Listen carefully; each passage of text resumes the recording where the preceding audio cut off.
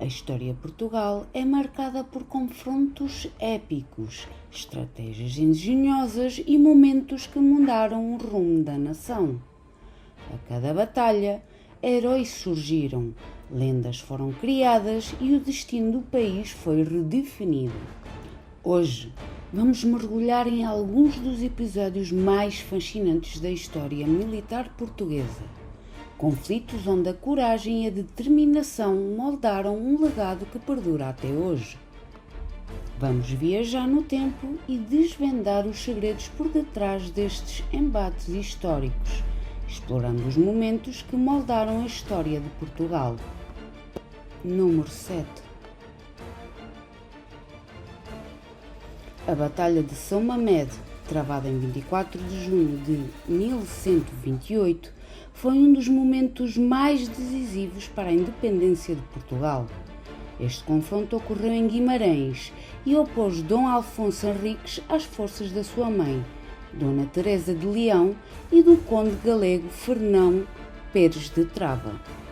Após a morte do conde Henrique de Borgonha, pai de Afonso Henriques, Dona Teresa assumiu o governo do condado portucalense.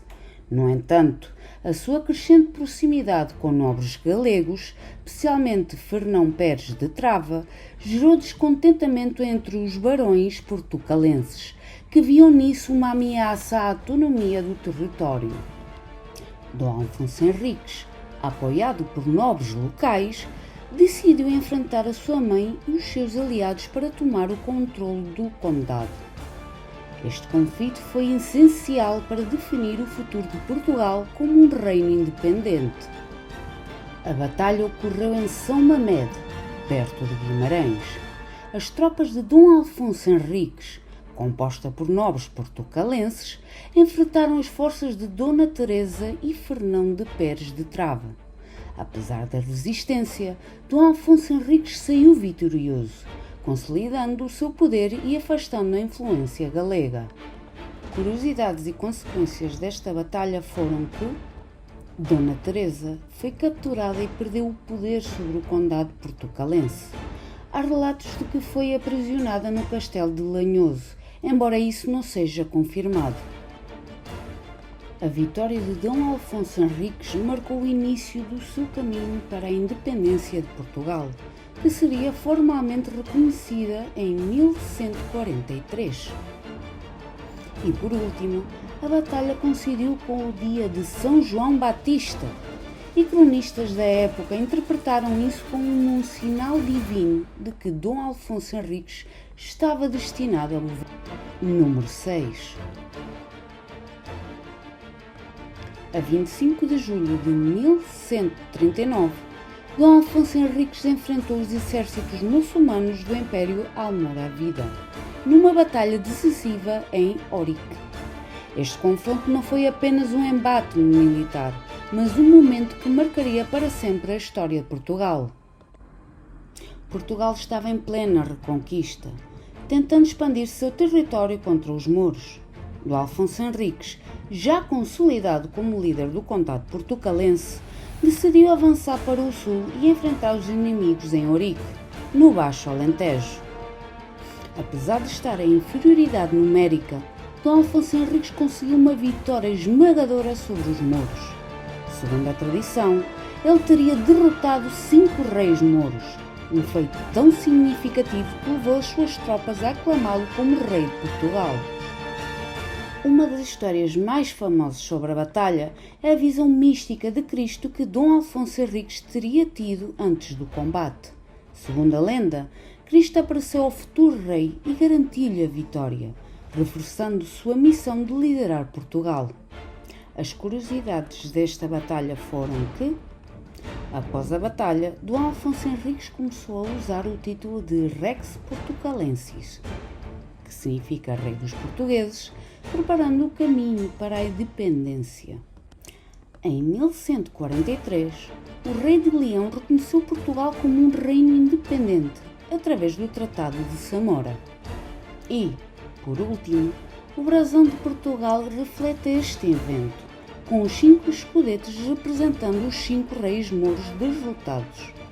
Número 5.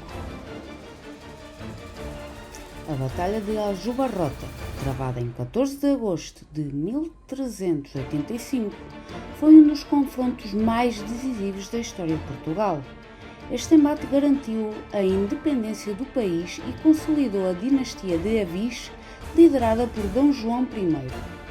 Após a morte do rei Dom Fernando I, Portugal enfrentava uma crise sucessória. A filha do rei, Beatriz, estava casada com Dom João I de Castela, o que poderia levar à anexão de Portugal por Castela. Para evitar isso, os portugueses apoiaram Dom João, mestre de Avis, como rei, originando a crise de 1383 a 1385. Em resposta, Dom João I de Castela invadiu Portugal com um exército numeroso, determinado a tomar o trono. O exército português, liderado por Nuno Álvares Pereira, preparou-se para o confronto. A batalha ocorreu em Aljubarrota, perto de Leiria. Apesar de estar em desvantagem numérica, o exército português utilizou táticas inovadoras, como a formação em tática de quadrado e o uso de fossos e estacas para conter a cavalaria castelhana. O resultado foi uma vitória esmagadora para Portugal. Curiosidades e consequências desta batalha foram que a padeira de Aljubarrota era uma mulher corajosa e, segundo a lenda, Brites de Almeida derrotou 7 soldados castelhanos que tentavam esconder-se no seu forno. O Tratado de Windsor, firmado em 1386, fortaleceu a aliança entre Portugal e Inglaterra após a batalha, uma parceria que continua até hoje. E, por último, o mosteiro da batalha foi mandado construir por Dom João I de Avis como forma de agradecimento pela vitória, tornando-se um dos monumentos mais icónicos de Portugal. Número 4. A Batalha dos Atoleiros, travada em 6 de abril de 1384, foi um dos confrontos mais estratégicos da história de Portugal, liderado por Nuno Álvares Pereira. Esta batalha foi crucial na crise de 1383 a 1385, garantindo uma vitória portuguesa sem baixas. Portugal enfrentava uma ameaça de anexação por Castela, após a morte de Dom Fernando I. O rei castelhano Dom João I enviou tropas para punir os portugueses que apoiavam Dom João, mestre de Avis, como novo líder. Nuno Álvares Pereira, nomeado comandante do Alentejo, reuniu um pequeno exército para enfrentar os castelhanos em fronteira, Porto Alegre. Apesar da inferioridade numérica, 1.400 portugueses contra 5.000 castelhanos, Nuno Álvares Pereira utilizou uma tática inovadora, a formação pé em terra, onde a infantaria se posicionava de forma defensiva contra a cavalaria inimiga. Os portugueses formaram um retângulo compacto, com lanceiros na vanguarda e besteiros nas laterais. Quando os castelhanos atacaram, foram detidos pelas lanças e garotões, causando grande desordem e levando à sua derrota. Curiosidades e consequências desta batalha foi que esta batalha provou que Portugal podia resistir a Castela. Segundo relatos, um soldado português morreu, algo raro na Idade Média. A estratégia de infantaria contra a cavalaria foi um marco na Guerra Medieval Ibérica. E por último, o local da batalha foi reconhecido como Monumento Nacional em 2023. Número 3. A Batalha de Montes Claros, travada em 17 de junho de 1665, foi o último grande confronto da Guerra da Restauração, garantindo a independência de Portugal contra a Espanha. Após décadas de conflitos, desde a restauração da independência em 1640, os espanhóis tentaram uma última investida para reconquistar Portugal. O Marquês de Caracena, comandante espanhol, planeou tomar Vila Viçosa e avançar até Lisboa. Em resposta, o exército português, liderado pelo Marquês de Marialva, preparou-se para o embate em Montes Claros, perto de Borba. Os espanhóis tinham cerca de 15.000 infantes e 7.600 cavaleiros, enquanto os portugueses contavam com 20.000 soldados, incluindo 2.000 ingleses. A batalha foi intensa e durou 7 horas, com ataques sucessivos da cavalaria castelhana. No entanto, a artilharia portuguesa, comandada por Dom Luís de Menezes, causou grandes baixas no inimigo, forçando os espanhóis a recuar.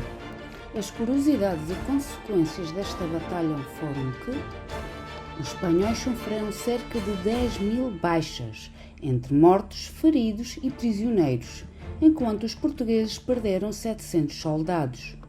A derrota espanhola enfraqueceu suas tentativas de reconquista, levando ao Tratado de Lisboa em 1668, que reconheceu definitivamente a independência de Portugal. E, por último, o uso eficaz da artilharia e infantaria foi crucial para conter os ataques castelhanos e garantir a vitória. Número 2. A Batalha do Bussaco foi um dos confrontos mais marcantes da Guerra Peninsular, ocorrendo em 27 de setembro de 1810. O exército anglo-português, liderado pelo general Arthur Wellesley, futuro Duque de Wellington, enfrentou as tropas francesas comandadas pelo Marechal André Massena. O combate foi intenso e estratégico, deixando um impacto significativo na campanha militar em Portugal. Em 1810, Napoleão ordenou a terceira invasão de Portugal, confiando a missão ao Marechal Massena. O objetivo era tomar Lisboa e expulsar as forças britânicas da Península Ibérica.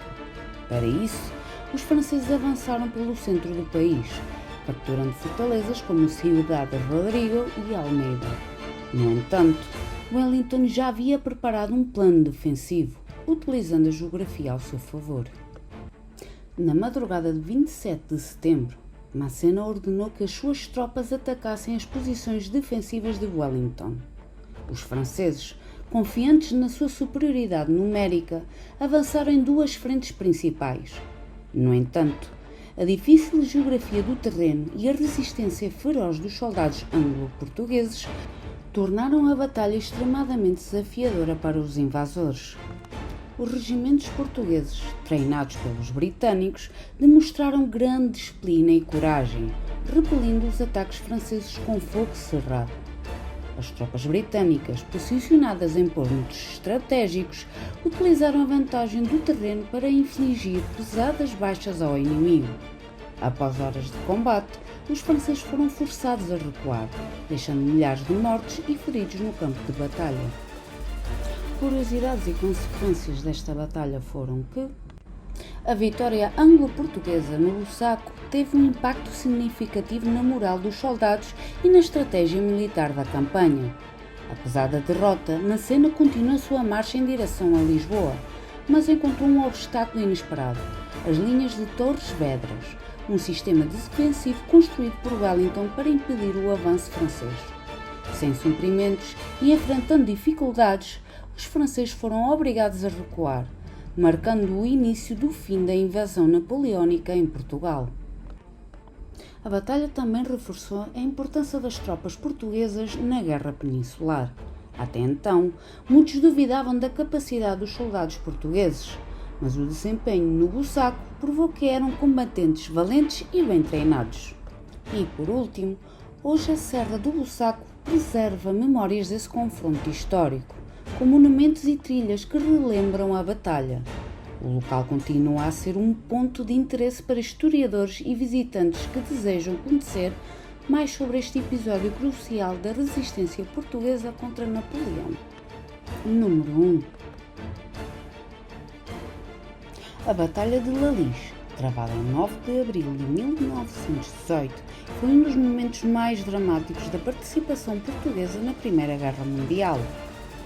O Corpo Expedicionário Português enfrentou uma ofensiva devastadora do 6º Exército Alemão, resultando numa das maiores derrotas militares de Portugal.